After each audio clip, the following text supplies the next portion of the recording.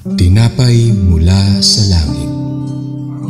A daily morning devotion with CRC family.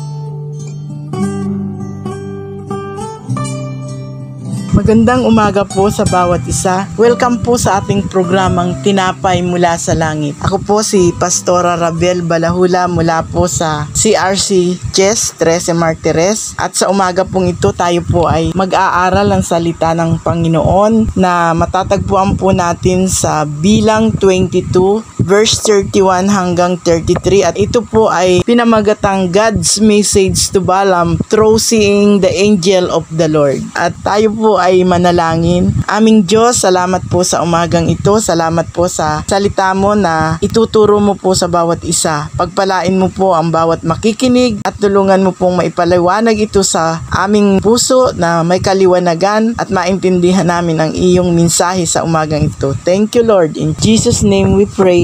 Amen.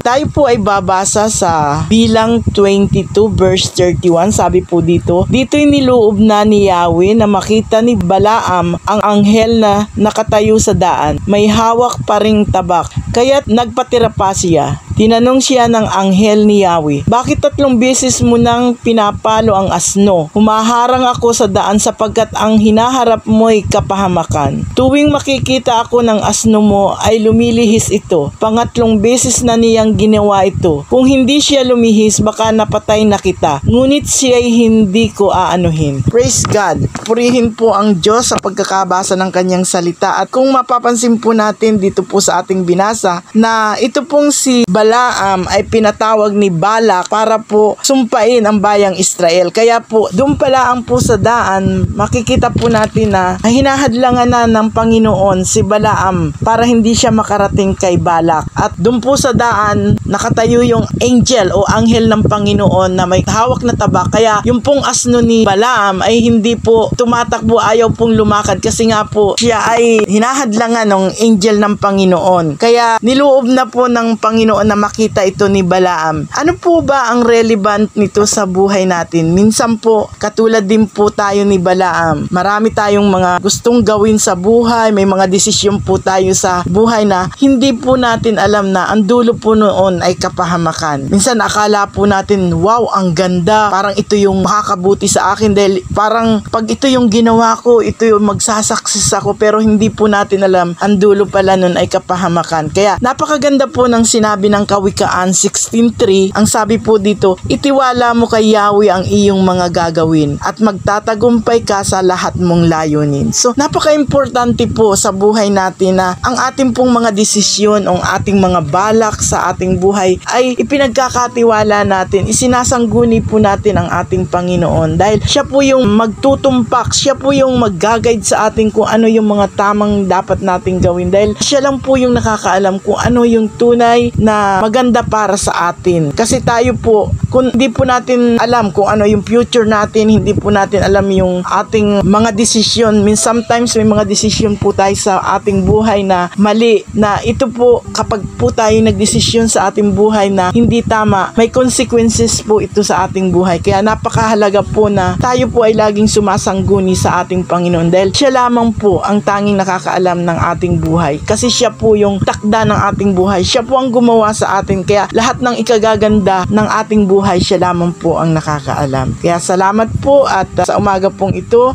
sa Diyos po ang papuri at samahan niyo po ako sa panalangin. Lord, salamat po sa salita mo na tunay nga po na dapat kami po ay tiwala sa iyo. Ano man ang gagawin namin, ipagtiwala namin sa iyo upang hindi kami mapahamak. Thank you, Lord. In Jesus' name we pray. Amen. Muli po, iniimbitahan ko kayo na patuloy po nating suportahan, patuloy po tayo makinig ng salita ng Panginoon sa ating Tinapay mula sa Langit at ang video pong ito ay patuloy po nating ibahagi sa ating mga mahal sa buhay, sa ating mga kakilala, mga kaibigan upang sa ganun sila rin po ay mapagpala ng salita ng ating Panginoon. To God be the glory.